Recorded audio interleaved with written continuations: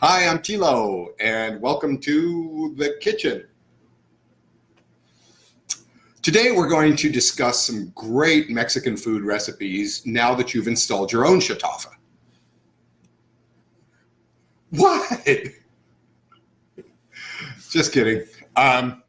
Today we're going to talk about this question of politics and religion, particularly from an Orthodox point of view. So I think as a precursor, I should note that I really believe that our faith is such that we've seen it be very adaptable to all sorts of political climates and governmental systems. Everything from simply surviving and maintaining our faith in a hostile and persecuting political environment to the other end of the spectrum, which would be, say, well, I guess you would say the other end would be theocracy, where we had a king who was of the same faith. But what I'm really going to be addressing is from the viewpoint of we American or we in the church who are in democratic systems. Because in those systems, we are really kind of little kings in being able to express our desires politically. So that's kind of the context in which I'm going to speak today. First off, I think there's a great problem in our not understanding what politics are at their core. Essentially, when we talk about politics, we're talking about lawmaking. And here we're talking about what to impose upon others in the form of forbidding or compelling under the threat of force, imprisonment, punishment. These are pretty serious issues, and this really is what we're talking about when we mention politics. And so if that is the case, as a society, we're talking about what do I threaten others with fear of reprisal over which issues. Obviously, I think we would agree that at the heart of all of this is morality. These are really moral issues. Which moral norms do we enforce through the threat of retribution by the power of the state? And so I think that needs to be our beginning point, is to understand what we're talking about here. Now, I think it's also a good idea that we begin, as I've talked about before in other videos, with a presumption of good intent. Whichever side of the aisle people are on, or whatever position they're holding, I think it's wise to begin with the presumption that they're not secretly doing the moo-ha-ha, I want to go destroy everybody and I want to ruin everything for everyone and I want to go around hurting people. That's not the case. If you really listen to people on any view, on any position, you find that there are actually good intents. They really are holding up some value that we would actually agree with as a value and say, yes, that is a good value, but then you have the issue of maybe it clashing with some other values. And so here we have to kind of weigh which ones are more important, which ones apply, and so on. But to understand at the very base of it all, we're all people with right intents who want to see the best for our society and for those around us. And so beginning with this view of charity, just as I talked about with the religious discussions, is the place to start having the talk. Here's an example. If we're talking about the issue, and this is just an example of, say, abortion, what you hear is those who hold this human life as being of paramount value, and those who hold the freedom of a person's choice in applying their own will as a primary value. And I think both sides would agree with the value, that's being emphasized by the other, and just disagree on which takes precedent in what case. So even a pro-life person recognizes that God has given us the free will, the freedom to choose, and would seek to honor that freedom to choose, and see, generally speaking, that freedom to choose one's own path as being something that we would support. And then those on the other side would look, who hold that of primary importance, would look at the value of a human life and of course say, yes, we value a human life. And it's not that we're discounting it, we're just seeing a clash going on here, and we're holding one value up and elevating it over the other, and the others are holding it the other way, but both are holding to some value that I think we all agree with to various extents. So that was just an example of how we can approach the discussion with a common sense of charity. Now, I'm going to start with the first proposition that I tend to hear, which is that we ought to separate our religion from politics. But as I began this, I pointed out that politics, at their very essence and core, are moral issues. And our religion is very much speaking to matters of morals and values. And so what really is being proposed in separating is separating values and morals from values and morals. Well, you can't do that. That's not realistic. They're both talking about the same thing, the same arena. And so I don't see that as being an answer to the dilemma. Now I'm going to go over to the other side of the equation and look at those who say, well, our religion ought to be the basis for our politics. Well, if that is true, then as Christians and Orthodox Christians alike, I think we would start by looking at this premise that what our religion places as primary values ought to be imposed on the rest of our culture through threat of force, because that's really what we're saying. And if we do that, I think we have to stop and say, what is the most important commandment of all? It's to love God with our whole heart, mind, soul, and strength, and to have no other gods before him. That's first and foremost. So if we're going to be consistent and intellectually honest in applying this standard, the first thing we ought to be pushing for is outlawing every single other religion. And I think particularly as Copts, we know the problem with such a system.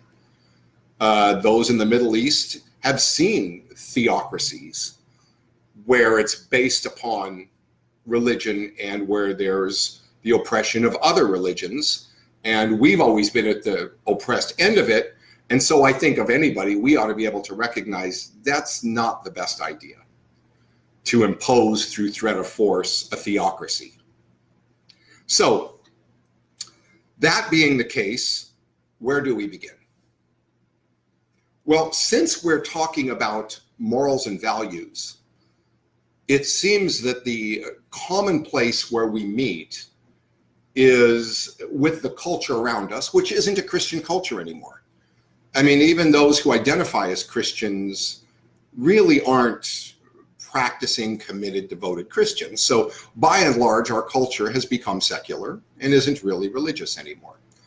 So where do we meet this culture around us in the arena of discussion and engagement on these political issues? Well, it seems to me, are you watching? Because I'm freezing and it's not freezing. I'm running to right now. I have to send this down. Okay, well, I hope I'm not freezing like I'm seeing on my screen. As a matter of fact, maybe I can just bring it up. Sorry for that. I just want to make sure this is coming through okay.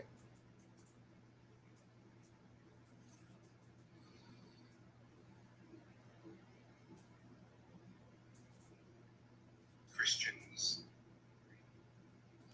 Okay, so it looks like it's coming along okay. Okay, So where do we meet with the culture around us? I think the common ground is the intrinsic value of a human being. That's kind of the baseline, and that which is best for humanity seems to be what we're all kind of shooting for. Now, before I move further into this, I want to point out that without God, there is no basis for this value of a human being an intrinsic thing, something that is actual and real, something that is more than just our preference because we happen to be humans. The preference for a lion is a lion's well-being. And when he eats a human, there's nothing immoral about it.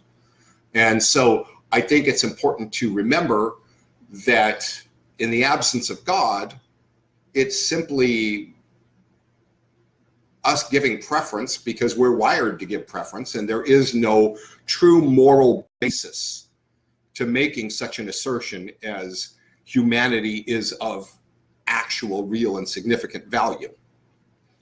So that being the case, in order to engage with the culture around us, we essentially have to loan them something which can only be found in theism, which is a humanity in the image of God.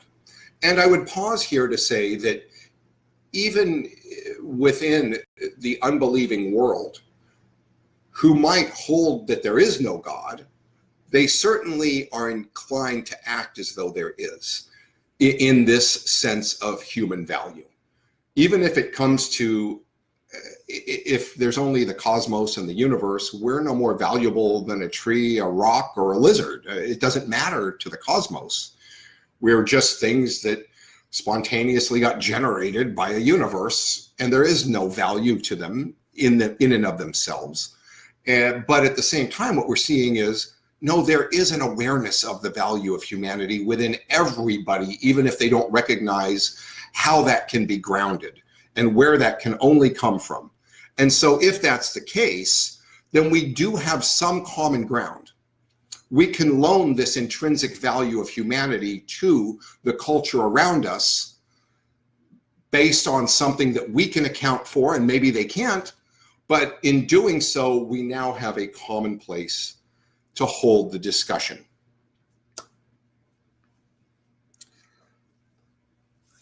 I think when we do this, one thing to keep in mind is that we have fallen into this trap in the West of thinking anything that makes things easier for a human are best and what we ought to try to do in terms of politics. But I think anybody with some wisdom and maturity, whether you're of the faith or not, recognizes that some degree of adversity is good for a human, to develop character and to develop some traits in a human that make for a much more beneficial, productive, and contributing person. So I think that we need to avoid that trap of automatically thinking, oh, if we make something easier and less difficult, less painful, that's better.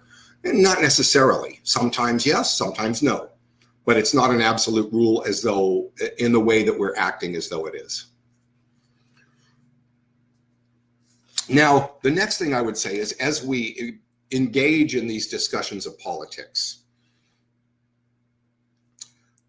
if we truly have the revelation from the Creator in our faith, which I believe we do, if that is the case, and He's the creator of everything we see around us, then what He has told us in His specific revelations through the scriptures and the fathers and through the church ought to match what we see in bare observation in the world around us, because it's the same author.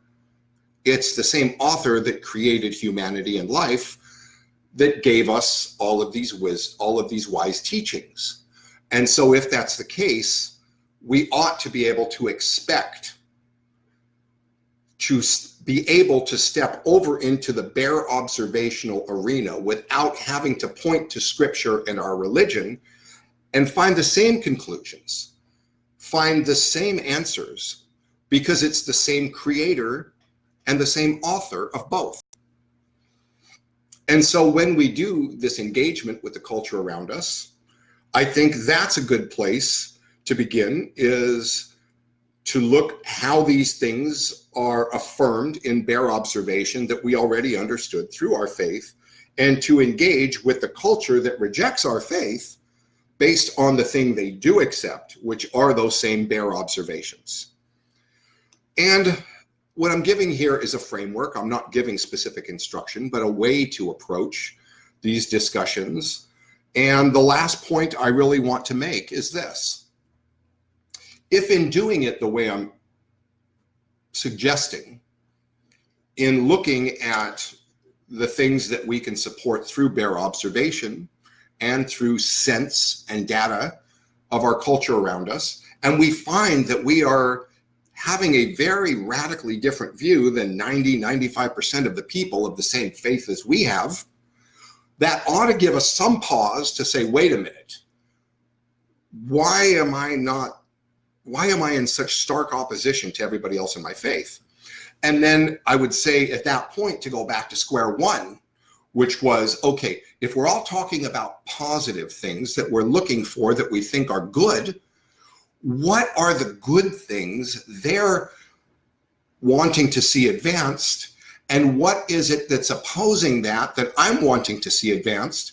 And could it be that I'm possibly elevating a good way up that they aren't holding to the same level, and they're holding another good way up that I'm not seeming to value as highly as they are?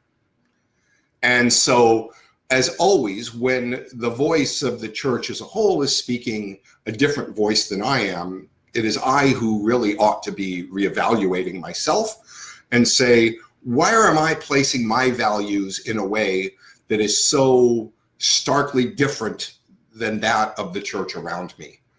And where is it that I'm perhaps missing the point, missing the level of importance of the things that they're holding up as being of value?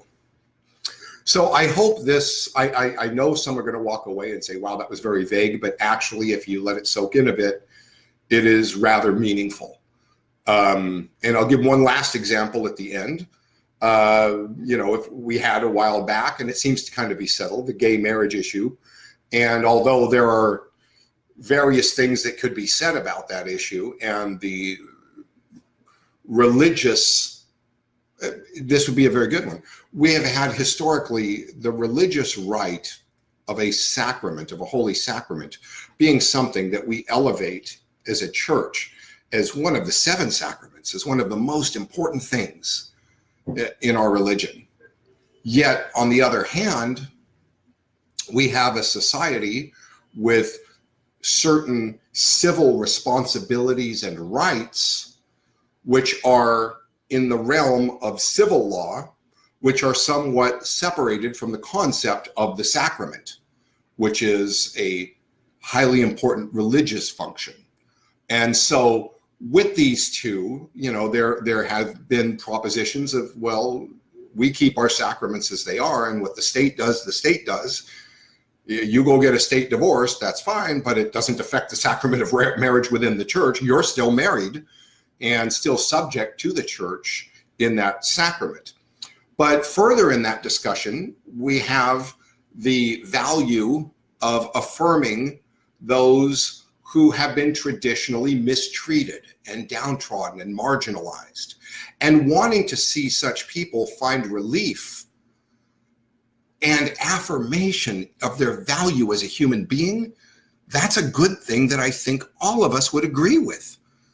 That this ostracizing people who are gay and treating them as subhuman is something that is utterly incomprehensible for a Christian to do.